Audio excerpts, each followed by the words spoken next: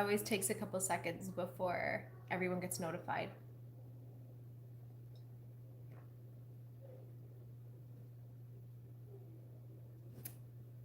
Just gonna wait a couple of seconds and then we'll get started with the live. And I had the past couple of weeks we've been sick, and I haven't like had sick symptoms for a long time now, like a week now, but I have this like lingering lost voice / cough, and I kept postponing this live. I was posting on Instagram every day. I'm like, I'm going live tonight on YouTube, and I had to keep postponing it because I can't talk much without either losing my voice or coughing. So tonight's not going to be a long video because I won't last long, but hey everyone, thanks for joining. But I do want to answer some questions and just show my face here and do the best that I can, but I do have water. And thank you. Yes, I probably will be coughing a lot in this video. But anyway, the first thing that I want to say, you guys can post your comments and I'll try to get to everyone. Before I do, I've had so many questions coming in on Instagram, on YouTube, messages, etc., about spike protein shedding from the COVID vaccine, or viral shedding as well. So I filmed a whole video on it, and I actually reached out to a couple of my colleagues and some of my professors, and people who are very educated and knowledgeable in this field. And I shared all of their responses along with my opinions and all the scientific evidence that I've been able to gather thus far. It's a pretty new topic, so there isn't tons of research to go off of, but I've compiled all of that. I put it into a video, and that is over on www.holisticspring.org. It's my membership platform where you get exclusive access to content that's not shared anywhere else. I share a ton of stuff there, and a lot of stuff that I can't share on YouTube because of censorship. So there's so many resources. I have liver and kidney homeopathic drainage protocols over there. I have all kinds of protocols, IBS protocols, and tons of information, including things about spike protein shedding or viral shedding potentially, and things like that. So lots of stuff there. You guys can check that out. I'll link it in the description box below, but it's holisticspring.org. And again, you guys can get so much valuable information there. And I also do like really intimate live monthly monthly Zoom calls there where I answer all of your questions, and it's a video call. I also do, I have forums there where you can post any questions and get answers from me in depth. So it's just a really nice space for that. And I have quizzes and all kinds of things there. I need a sip of water. All right. Okay. I'll start with Raphael. The question is, oh, my phone keeps fading. Hold on. Okay, I was diagnosed with fatty liver. Is choline and inositol good? Yes, absolutely. Choline helps so many different processes of the liver, and it helps the liver break down fats, and it helps with methylation. Absolutely, it's a great supplement to take if you have fatty liver. And inositol is great to balance your blood sugar, which can then help the liver as well, because if you have an imbalance in blood sugar, you'll have an imbalance in fat as well. So absolutely, I could say pretty confidently, I don't know too many scenarios where you shouldn't be on choline or inositol. That being said, please always check with your practitioner, because I can tell you here on YouTube, yes, you should take it, but of course I don't know all of the specifics about your health history and your case, and there might be a time where maybe you shouldn't be on it. So always check with your practitioner before taking a supplement, but usually it's generally safe and a good idea to take. Can a strict cleanse affect my menstrual cycle? This is from Emma Jane. I just got off a 9-day cleanse and I'm a week early. Yeah, actually, Emma, it can definitely affect your cycle, in the sense that if you're on a cleanse, and it's pretty strict and you haven't been on a cleanse for a while or ever, it can definitely like shock your body, and your body will start to go through a purging phase where it's getting rid of a lot of toxicity and stuff that is built up, and that could put some stress on the body, and your body could say, while you're doing that, we're not in a good place right now to worry about reproducing, so let's just cleanse and then we'll reproduce later on, meaning your ovulation gets pushed. So the interesting thing is that you got to cycle a week early, as typically if that's occurring, you would have a later cycle. So that's the one interesting thing that you mentioned, that your cycle's coming late. I mean, coming early, because I would think that if you were to be on a strict cleanse or something, it would push your cycle and your cycle would come later. So the fact that your cycle came a week early, I think that's something else. It's most likely some sort of hormonal imbalance that was triggered by the cleanse. A lot of times we hold on to toxic estrogens or xenoestrogens and things like that.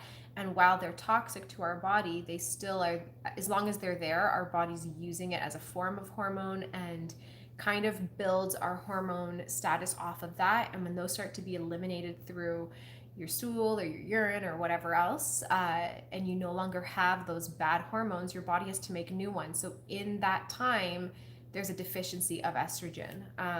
And that could, normally, again, that would cause a longer cycle, but there also could be deficiencies of progesterone or other hormones, which would throw it off. I would just check from a practitioner if this happens more than once. Like if this becomes a regular thing, definitely check with your practitioner, and see as, hold on, I lost the question here, and see, if it's something else. The last thing I will say before I move on to the next question is that if your cycle's normally like 40 days and after a cleanse it's now normal 30 days, which is what it should be, then that's great. That's a good thing. But if your cycle's normally 30 days and now it's like 20 days, that usually means you don't have enough estrogen. So look into that. Okay.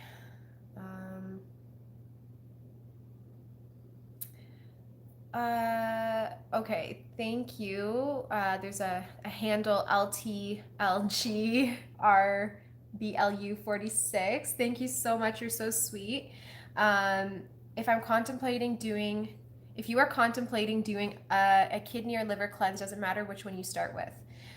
So no, it doesn't technically matter. I mean, the liver usually could always use more love than the kidneys, as the liver is like the main powerhouse organ. However, I highly suggest you do them together, because not the toxicity or the toxins that would leave the liver are not the same that exit through the kidneys. So if you're only strictly doing a liver cleanse and no kidney support, then all the toxins that normally need to be exiting through the kidney still are stuck in the body. So I would be doing them together. You'll have the most benefit and the most support if they're done that way. Okay.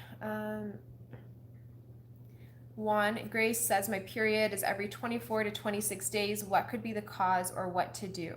So 24 to 26 days actually isn't terrible. An ideal cycle is 28 days, so you're pretty close to that. If your cycle is shorter, you could just possibly need more estrogen. So I would say try doing phytoestrogens like flaxseed, chia seeds, good quality organic sprouted I was gonna say tofu and soy.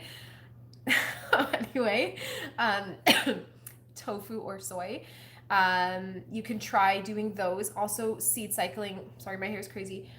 Seed cycling can be really helpful. So what I would do if you're trying to make your cycle a little longer, do seed cycling where the first 15 days of your cycle you're consuming a lot of foods rich in phytoestrogens like the flax or chia seeds, tofu, things like that. The second half of your cycle, you want to do more progesterone supporting foods like evening primrose oil and sunflower and pumpkin seeds. So try doing something like that for a few months, and that should help to regulate your cycle a little bit more and should stretch it to that 28 days. All right. Let's see here.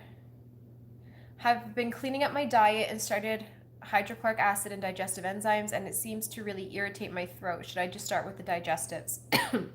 Excuse me. Hydrochloric acid usually will cause like esophageal irritation if one, you're not swallowing it all the way down. So if the capsule disintegrates in your throat, you're going to be left with acid in your throat, and that will cause some pain or discomfort. So if that's what's happening here, always take your HCl like halfway through your meal, and then make sure you're eating like food to physically push the pills down, and that should help. And take it with minimal water. Number two, if you just feel like heartburn after taking it, then again, try taking it more at the start of your meal with very little water, and do not overeat. Like, don't eat till the point that you're like, I'm full. Just eat, stop eating when you're 80% full. And once your brain kicks in and all that, and your hormone levels kick in, you'll feel full about 20 minutes after that. And that will prevent an overload on the stomach, which could push the acid back up the esophagus, which is alkaline. And so you'll feel that burn from the acidic HCl on the alkaline esophagus. So those are my two suggestions. If that's not what's happening with you, I'm not sure what else is going on there. And yes, you might want to just stick to regular enzymes for now.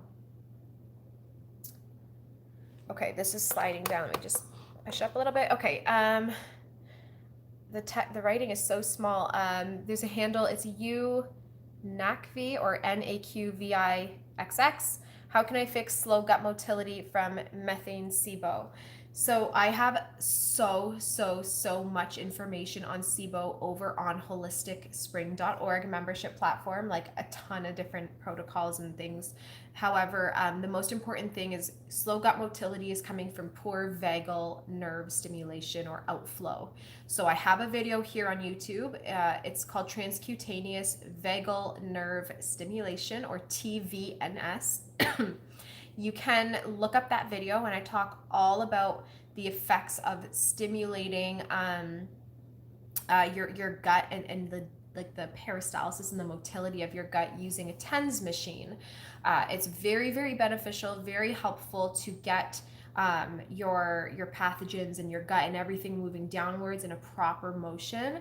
And it can help constipation, it can help the gas and bloating that you're feeling and everything else. So hands down, the way to improve that motility or migrating motor complex, also known as peristalsis, is using a TENS machine. So look up TVNS here on my YouTube channel. You'll see some videos explaining it more. I also have, you can get this for free, this resource for free on holisticspring.org, but you also can buy it and pay for it separately on my website, holisticspring.com. And it's a TVNS guide. So it's a guide that tells you exactly how to do the TVNS or TENS stimulation for SIBO.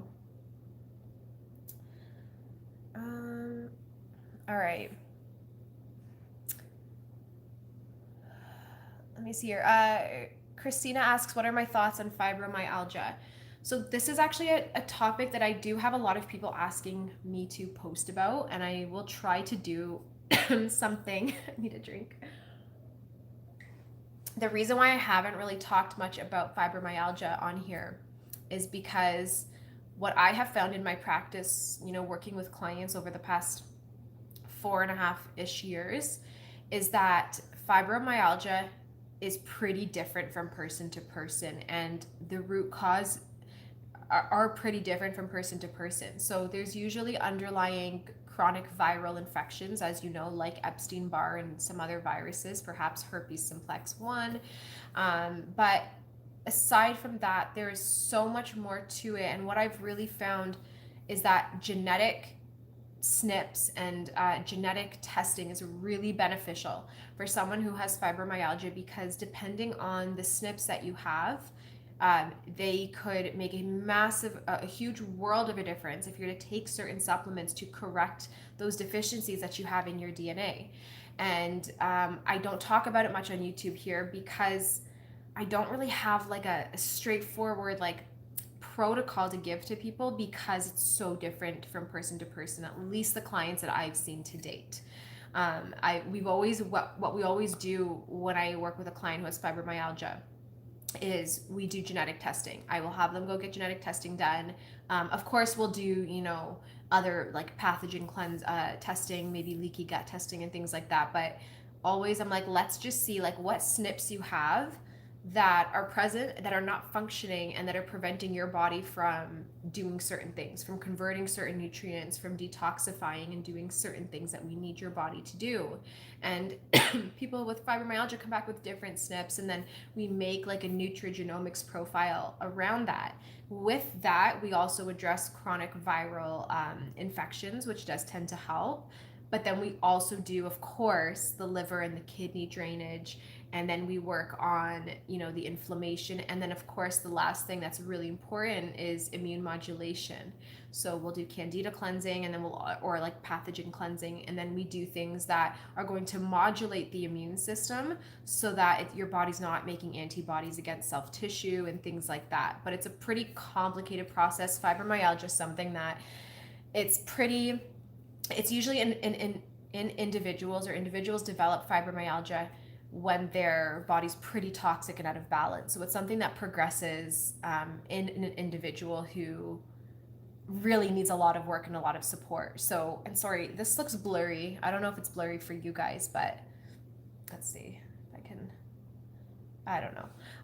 Yeah, so it's something that I don't really talk about here just because there's so much to it. It's so heavy. A video would be like an hour long and it still wouldn't benefit. I don't feel like it would benefit people enough because I can't really give you guys like a protocol or anything, as again, it's something that's so different from person to person. So that is why I haven't shared too much on here.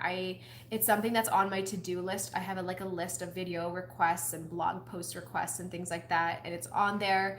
And I'm always trying to find a way to get some information out that's relevant for you guys, that can benefit you, but that's also not just going to be useless, because again, it's so different from person to person. So that's all I really have to say on it. I know that's probably not what you're looking for, but it's hard to give any more specifics than that without working one-on-one with someone.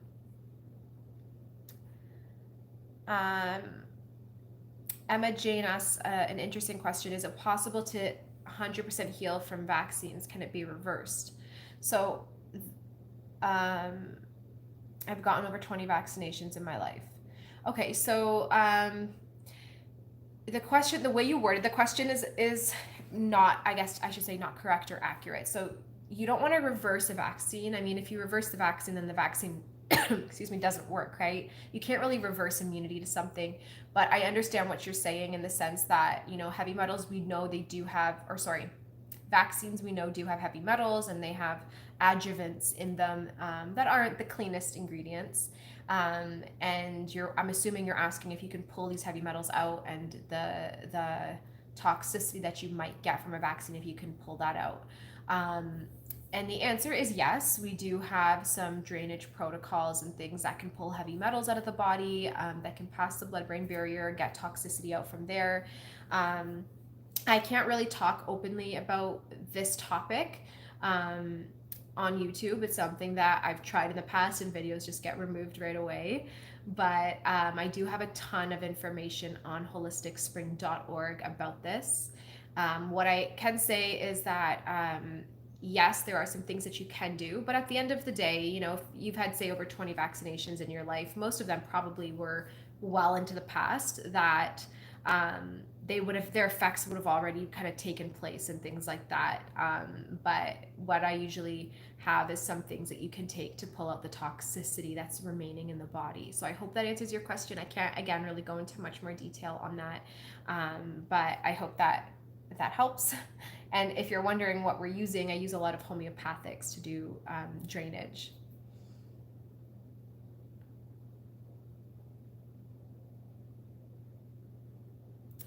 Okay.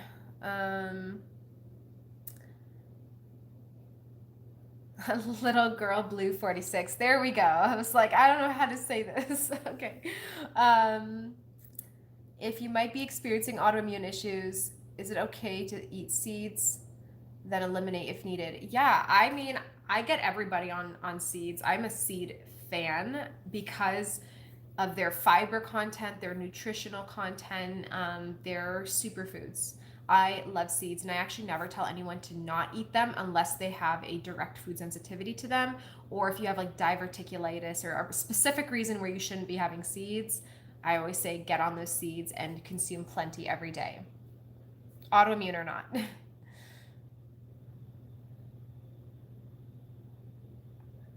Okay. Just scrolling through some comments here. Uh, CAMZS asks, does the elimination diet work to find which foods you're sensitive to? Okay, so yes and no. The thing with the elimination diet is it's good if you are highly inflamed and you don't have money for a food sensitivity test and you cannot figure out what's bothering you. Then you cut everything back, like literally everything. And you start with the most inflammatory foods like gluten, dairy, sugar, the nightshades, the lectins, things like that. And you cut everything back and you leave a few whole foods in your diet that you usually feel okay eating. And then you eat those foods for a little bit. And if your symptoms are still present, then you try switching those foods by introducing a new food and removing something old from the diet. What this does is it tells you if you introduce one food every 3 to 7 days, it can tell you if that food is bothering you or not. The downsides to this is, number one, you have to be impeccable at keeping track of your symptoms, the severity of your symptoms, the lifestyle factors as well. Like when you ate the new food you introduced, did you happen to be stressed that day? Because if you did, that doesn't count. Because your flare up or your symptoms could come from the stress. Or if you happen to be driving in the city more than normal that day and you were breathing in pollution, then that wouldn't count. So, like, at the end of the day, the elimination diet can be really helpful, but it can be so freaking exhausting. I don't see many people do it successfully or properly. I usually see people do really well in the beginning and then kind of start introducing more than one food at a time because it takes too long, or they kind of mess up and they're not really sure and they're like, whatever, and they just start introducing foods, and then all of that work that they did is kind of gone down the drain. So it can be a really hard way to do it. But if you're really good at keeping track of your symptoms, if your home and your lifestyle is very pretty much steady with the same amount of stress levels and not much changing in your lifestyle, that I would say go for it. But if you're just looking to do an elimination diet, and you can spend a few $100s, I would say save yourself that stress and just get the food sensitivity test done to know exactly what your triggers are and take the guesswork out of it. That's my personal opinion, but that's usually what I advise my clients to do. It really comes down to budget and what you're willing to spend. Seb says, dealing with cystic acne. My dermatologist gave me antibiotics and I've taken them for a week. My acne has improved. However, will I suffer in the future from the damage to my gut? Seb, I can't say for sure if you're going to have, long-term side effects from this. What I can tell you is, yes, antibiotics, do wipe out the probiotic population, and they also do have side effects of liver damage and other, inflammatory things. The sad part is that cystic acne is not just coming from specifically the gut. And that's kind of like the boat that a lot of practitioners or doctors miss, is that they think that if they give an antibiotic, that's addressing the root cause of the acne, and it's not at all. Yes, a lot of the time acne is coming from pathogenic overgrowth, and that needs to be addressed.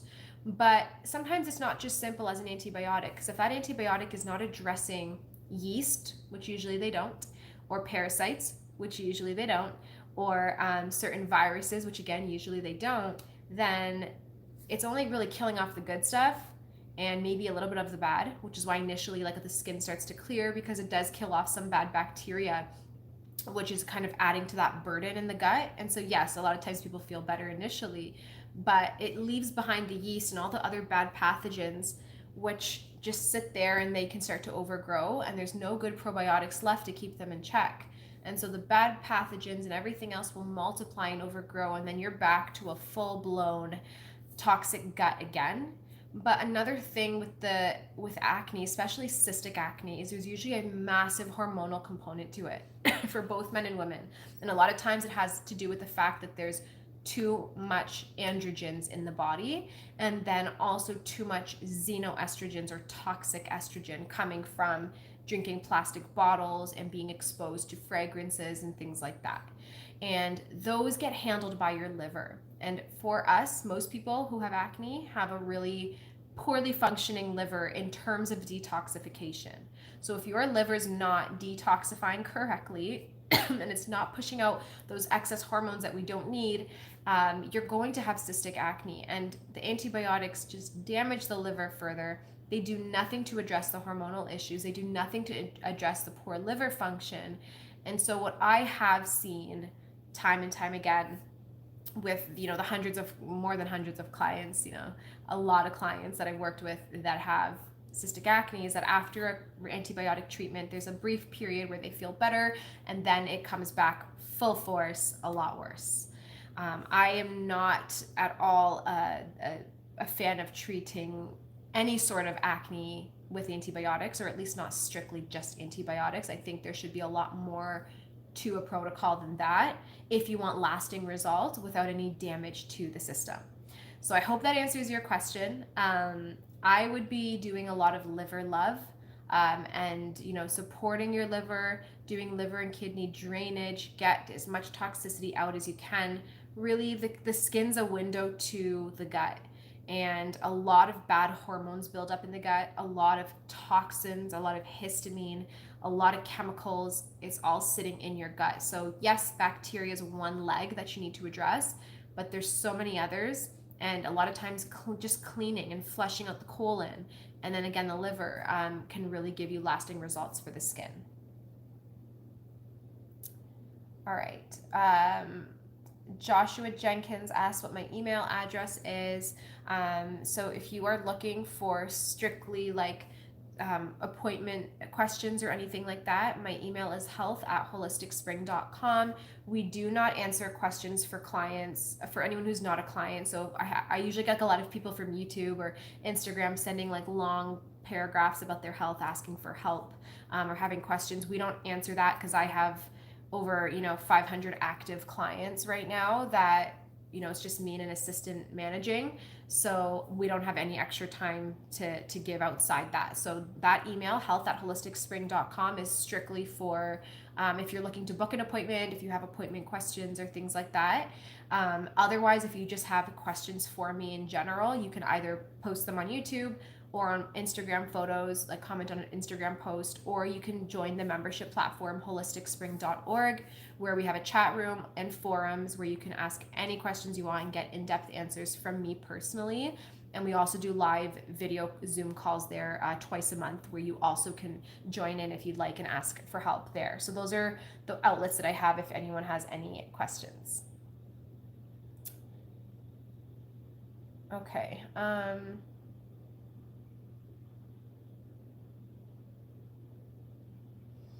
Okay, so little girl Blue asks about the wait list.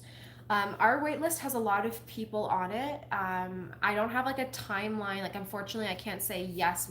You can get in a month. I don't know, because the only time we take anyone off the wait list is if there's a cancellation. I am fully booked right now, and currently until end of June almost. Actually, almost technically until end of August. The way we do it is we leave slots open that are not booked but reserved for clients' follow-ups, and then everything else from other new consults and stuff is booked up to August. So technically we're fully booked until August. And the only time we actually take someone off the wait list is if there's a cancellation. So if a client that I currently have either cancels their appointment, or if they graduate as a client and they get discharged, then we have a new opening. So that's when people come off the wait list. So some months we'll have 15 cancellations or whatever, so that's 15 people off the wait list. Other months there's one or none. So it's hard to know. It really depends on my clients that month and if there's cancellations. So you can always get on the wait list, and then we just reach out as soon as there's an opening. If you can't have that appointment or you don't want that appointment, we go to the next person on the list and we just keep going until someone takes it. Okay. Let me just scroll through some questions. Yes, Jamie says you sound like you have a cold or allergies. Yes, guys, for those of you who are joining late, I mentioned in the beginning of this, I am sick. My husband and I were sick. Thankfully, my kids didn't get sick, but we were sick almost 2 weeks ago for me, and I've been feeling great the past week. It's just this lingering, sore throat / cough. And normally, in the morning, my voice sounds really good, but by the time I've done consults throughout the whole day, or have talked a lot to different people, then like my voice gets really raspy and sore and I just start coughing like now. But in the morning, if I don't talk, I sound great. It's just after, again, a full day of talking and consults, then my voice gets worn out. I can't wait for this to go away. I've been doing all like the licorice root, marshmallow root teas, the peppermint, and all the things. But the problem for me, like my husband sounds great. It's just me, and I can't rest my voice because I do so many consults every day where I'm talking for hours and hours, and that's my job, so I can't not do that. So I'm not giving my voice a break, and that's why I think it's still like a week later just hanging on. But yes, I am sick. Or I was sick anyway. Um, Jay Gonzalez asks, "What's my take on coffee or garlic enemas? Are there any benefits?" To be honest, I haven't really, looked into garlic enemas too much, but coffee enemas I think are great, and I think they can be very beneficial for people with chronic illness, chronic digestive issues, or liver, gallbladder issues, things like that. I think that there's definitely some benefits to them if you're able to do them. The one thing that I see, something that people do all the time, is they're doing them incorrectly. So as long as you're doing it safely, you don't want to loosen your bowels. You don't want to, if you're using too much pressure or too much water in there, you can stretch and loosen the bowels. So you just want to do it safely. If you're doing it properly, you know what you're doing, absolutely can be very helpful and a great way to clean the bile duct and cleanse the liver and the colon.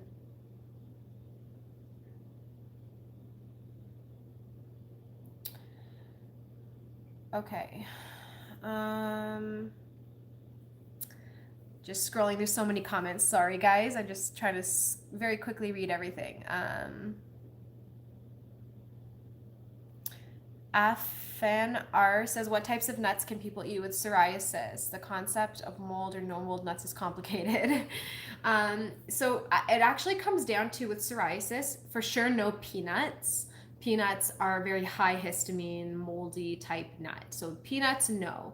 But every other nut's pretty much good to go unless you have a food sensitivity. I see pretty commonly people have issues with almonds, cashews, and macadamia nuts. Those are usually like really high on people's food sensitivity list that have autoimmune. It might not be the case for you, but when I had autoimmune, those were my nuts as well. And so many of my clients, like almonds, are usually the highest. And what I would suggest doing is, if you're eating nuts, just try not to eat the same ones over and over. So maybe do walnuts, then pecans, then pistachios, then macadamia nuts or cashews. So you're never just constantly eating the same one over and over. And if you feel like you're still getting inflamed, do a food sensitivity panel to figure out which nuts are bothering you, or cut everything out and stick to seeds, like pumpkin seeds or sunflower seeds, or watermelon seeds or something like that. Until you can just take time off of all nuts for a while.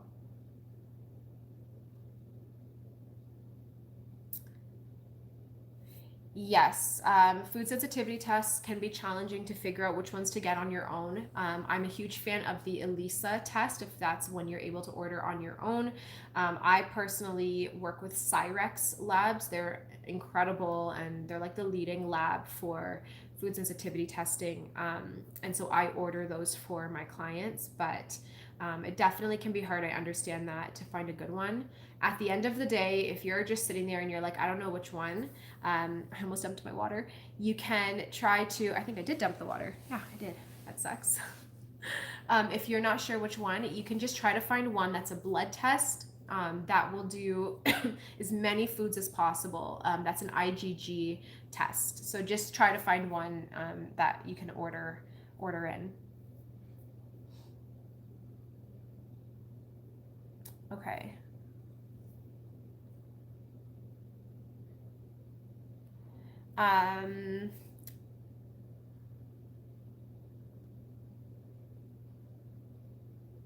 Okay, just looking here. Shalini Sharma from India, hi, says that she has scalp psoriasis, but her trigger is stress. This is falling. I'm going to sign off soon because the sun's going down. Just going to answer a couple more. So she says her trigger for psoriasis is stress, so her dietary changes aren't working. What should she do? So I just literally watching, my phone's on a stand and it's just like falling down. I don't even know how to keep it up. Anyway, so if your trigger is stress, you have to do stress work. Adaptogens like ashwagandha, astragalus, medicinal mushrooms, so important. You want to work on your adrenals. So an adrenal glandular as well is really important if you can get one of those. So working with adaptogens is the one thing. Number two, you have to do stress relief practices. Deep breathing, minimum like 10 times a day for like a couple minutes at a time. You want to do things like hot Epsom salt baths, other relaxing practices. And then on top of all this, if you are able to get a TENS machine where you live, you can do TENS machine stimulation, which is very de-stressing. So there's a lot of things, but definitely stress relief should be a huge factor and something in your life that you're doing. And then also you have to be sleeping properly. So you want to be going to sleep between 10:30 at night and waking up around 6 to 7 in the morning. And you want to be sleeping in a very dark room. You want to have good deep sleep throughout the whole night. Wake up feeling rested. This is going to help with your autoimmune and your stress levels as well. There's a lot more to it, but this is a good starting point where I think if you're deep breathing and you're taking adaptogens, you're sleeping well, and you're doing other relaxing practices throughout the day or the week, that this can really help to bring your stress levels down.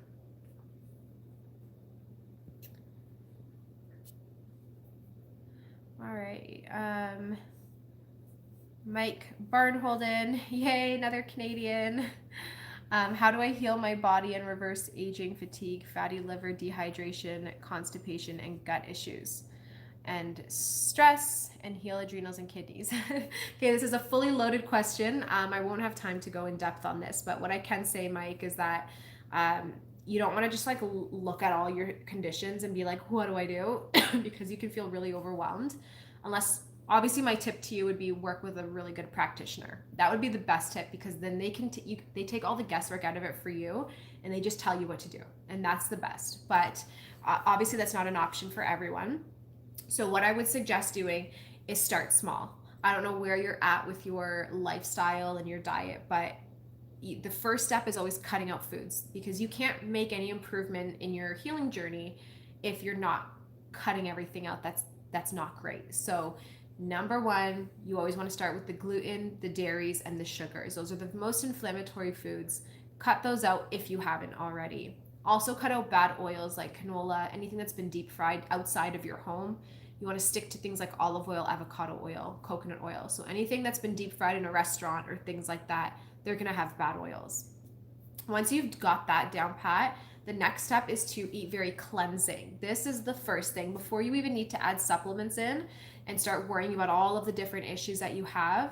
You got to get your diet like 100%. So having a diet that's fully loaded with dark leafy green vegetables, your kale, spinach, Swiss chards, dandelion greens, things like that. You can turn them into soups, turn them into smoothies, saute them, steam them, raw, doesn't matter. Get them in. Having lots of vegetables every single day with some lean proteins and healthy fats like chicken, wild-caught fish, avocado, nuts and seeds, and a small amount of complex carbs coming from squash, quinoa, lentils, peas, berries, green apple, and grapefruit is the best way to eat. So you're really eating farm to table. You're cooking everything at home, not for the rest of your life. You can never have anything from a restaurant, but just really make like the majority of your meals at home that are so clean, full of fresh vegetables. That's the best type of cleansing diet, and ideally organic.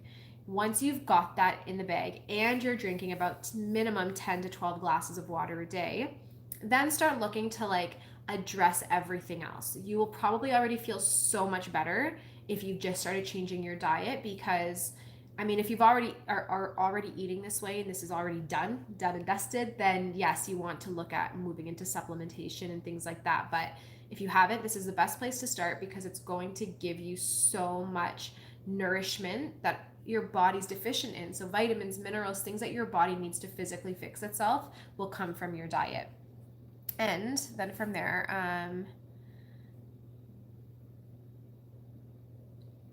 Yes. So if you're working with a practitioner, great. Sugar is the number one ingredient that will tank your health instantly, because everything that's going wrong, always sugar makes worse. So cut sugar out. Yeah, move your body, hydrate. Once those are done, obviously I won't know what the root cause is personally without working with you and doing a full assessment. So I can't really tell you here, this is your root cause. But what I can say pretty confidently, you will probably need to do liver and kidney drainage, because most people do. I talk about it all the time because it's something that everyone can benefit from. So liver and kidney drainage is something that I think is great for everyone, because it pulls out so much toxicity and it gets those two main organs that do so much for us. It gets those two organs working properly. I have liver and kidney drainage protocols on holisticspring.org. I have 2 protocols which will give you 16 weeks worth of drainage. And then I also have liver and kidney drainage included in my seasonal candida and parasite cleanse ebook, which is on my other website, holisticspring.com. But what you can do to start with is, people almost always benefit from probiotics. And I always suggest either a chlorella or a liquid chlorophyll to clean out the gut and start pulling out some toxicity naturally. And then I feel like everyone could benefit from adaptogens as well, because we are so stressed. So things like astragalus and ashwagandha, or astragalus and maca, or astragalus and holy basil can be really helpful at starting to modulate the stress response, starting to support your adrenals and your thyroid, and doing all those things that you need to get to the next phase of your protocol. And then let me just see here. And then the other thing that I want to just finish off this live with is, constipation is huge. This usually comes from not enough fiber in the diet, so not enough like chia and flax seeds. It's probably coming from, not enough hydration and movement, but also poor gut motility. So you want to stimulate your gut and that peristaltic motion of the gut with transcutaneous vagal nerve stimulation. So you need to re-stimulate your vagus nerve. You can use a TENS unit, which is super affordable, and I have a video on that on this channel. If you just search TVNS on my channel, you'll find a video where I talk all about the stimulation, where to buy the TENS unit, etc. So that's something to think about. The last thing I want to say, and then I'm signing off here because it's getting really dark, is about fatigue. I've made a whole post going so in depth on this, again, over on holisticspring.org. It's an amazing post that really explains well chronic fatigue, or just fatigue in general, in our world today. So the thing I'm going to say here is, I'm not going to explain all of the background because I've done that multiple times on this channel, but also for lack of time. But in our world today, we are bombarded with toxins from everywhere, okay? Not just our food, not just our stress, not just alcohol, cigarette smoke, and pollution from driving outside and breathing in car fumes, but from inside our home, from the fragrances we're using, the detergents, the shampoos, the off-gassing of our furniture, of our rugs, the paint on our walls, the floors, everything, the clothes that we wear, the sheets and the mattresses we're sleeping on. Every inch of our lives is full of toxins. Now, this toxicity is also worse by bad diet, by certain medications or antibiotics or drugs that we're taking, etc. And over our lifetime, this is building up and it's stuck in our body because our body cannot possibly eliminate and handle and keep up with everything. And so where are these toxins going? I'm actually going to move to the window to give us a little more light here. Hopefully my phone doesn't fall. Okay, so where are these toxins going? These toxins are going inside our cells. All right. I dumped the water again. Let's just lower this down a little bit. Okay, there we go. Sorry, guys. Okay, so these toxins are going inside our cells. And what do our cells do? Our cells, or at least the mitochondria of our cells, produce ATP. ATP is our body's source of energy. So in order for you to run, to walk, to talk, to eat, to exercise, to work, but also in order for your body to detoxify, to clean out the body, to balance hormones, and do anything else that the body does, it needs ATP. It needs this ATP production happening constantly. When toxicity is deposited into our cells, our body cannot leave toxins in the blood. So if you just went outside and were breathing in secondhand smoke, or if you just ate a really bad drink that had tons of food coloring, and a lot of that went into your blood. This toxicity in your blood can't stay there. If toxins stay in the blood and are not eliminated by the liver and kidneys, which they can't all possibly be eliminated, our liver and kidneys are always very overburdened. If they can't be eliminated, your body will come in and take the toxins and stuff them into your cells. Because if toxins are staying in your blood, they're passing through your vital organs like your heart and your brain, and they'll cause damage, right? So our body's way of protecting itself is storing stuff. So things stay in our body. This is why we have chronic disease, why we have cancer, why we have autoimmune. Toxins are stuck in our cells, they're stuck in our body, and they are wreaking havoc. Okay, so back to ATP and energy, just because I wanted to finish answering Mike's section or question on fatigue. Our cells, like I said, produce this ATP, but when there's toxicity being stuffed into the mitochondria of our cells, it's damaging that mitochondria. So the mitochondria cannot produce ATP anymore, or at least not in the amount that it used to. And so if our cells start to be bombarded with toxicity over many, many years, and now they're not producing ATP as much, our body's energy drops. We don't have the ATP that we need to do half the things that we need. And so the more toxicity we get and the more toxic we are, the more damage there is to our cell's mitochondria, which is the powerhouse of our cell. And the more damage that there is, the less energy you are going to have, because the less ATP production there is available.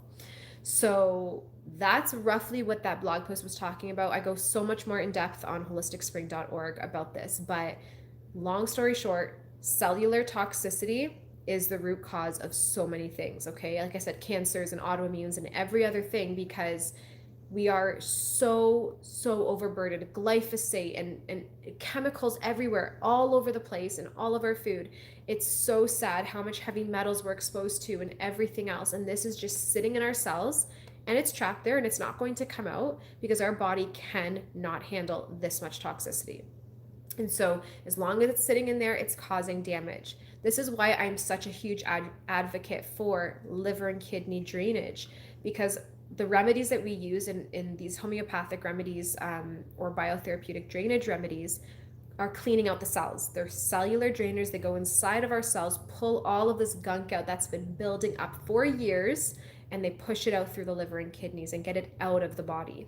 And that's what you need to do. Once you clean out the cells and your cells are able to regenerate and rebalance, and the mitochondria are strengthened and they can produce ATP again, your energy levels go up, your symptoms start to clear, everyone starts to feel better after, because toxicity is leaving the body. I hope this explanation makes sense about fatigue, because I know a lot of times if you're going to, if it makes sense, everyone just thumbs up. I know a lot of times if you're going to any doctor, or even a lot of naturopaths and like natural doctors or practitioners, if you tell them you're tired, they're going to give you an adaptogen and then send you on your way.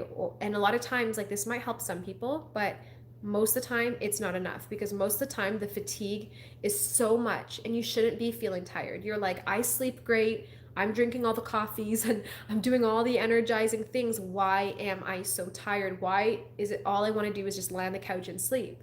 Because your body physically is not making that energy. It can't. The cells are dying and they're not doing what they need to do.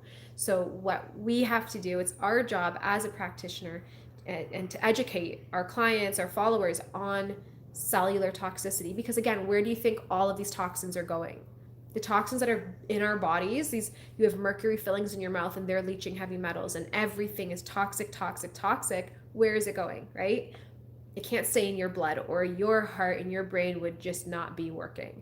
So your body's storing it. It stores it into joint tissue. It stores it into cellular tissue, and it has to get it out of the bloodstream. It has to be out of circulation. And so that's where it's storing everything. And if it's sitting there, and if you're not doing something to pull it out, it's in there forever, causing damage. So in order to get to the root of your fatigue, so you can wake up energized, feeling amazing, ready to start your day, work all day, come home and still feel energized, you need to get that cellular toxicity out. So that's what I do as a practitioner with my clients. Drainage. We drain the liver, the kidneys, the lungs, all the emunctories, but also the cells. We clean out the cells of everything, not just toxins, but of viruses and we get rid of pathogens, we just clean out the body. And it's amazing what happens. Some people, get good results in a couple weeks or months, others need a year plus. It really depends on the person and how toxic you are, but that's the goal. That's what I do personally, and we see beautiful results from this. So that's what I wanted to explain in terms of fatigue, because I get excuse me, this question a lot. Why am I so tired? And your body, even like if someone comes to me and they're like, I'm exhausted, but I also have this issue and this issue, you need to address the exhaustion, because your body won't even have the energy to do any other cleansing or any other tissue repair and fix any other problems if it doesn't have energy. So you need to make energy first. So we start cleaning out the cells. That's always the first step. Clean out the liver, the kidneys, the cells. Once your body's making more energy, it can then have more energy to do whatever else you need the body to do. So that's all for now. I'm sorry, I know I didn't get to every one of your questions. I wanted to, but lack of time. It's almost an hour on this and my throat's really hurting. So I'm going to sign off, but sorry. Wow. Okay. I'm just reading these comments here. Okay, good. I'm glad that it's making sense. Awesome. All right. Yeah, I got to sign off and go refill my water that I dumped. But I hope you guys have an awesome, upcoming week. I hope you had a beautiful weekend. And I'm coming back on YouTube as soon as I can talk longer and properly without going through a video coughing. So I will see you guys later. Thanks so much for those of you who joined and who submitted questions. I always have such a great time here with everyone. So have a wonderful time. And I hope some of you come over to holisticspring.org and join the community there. Again, there's so much information there, and I would love to have you and answer any other questions that you guys have over there in a more in-depth or personable setting. So I hope you have a wonderful night, and I'll talk to you soon. Bye.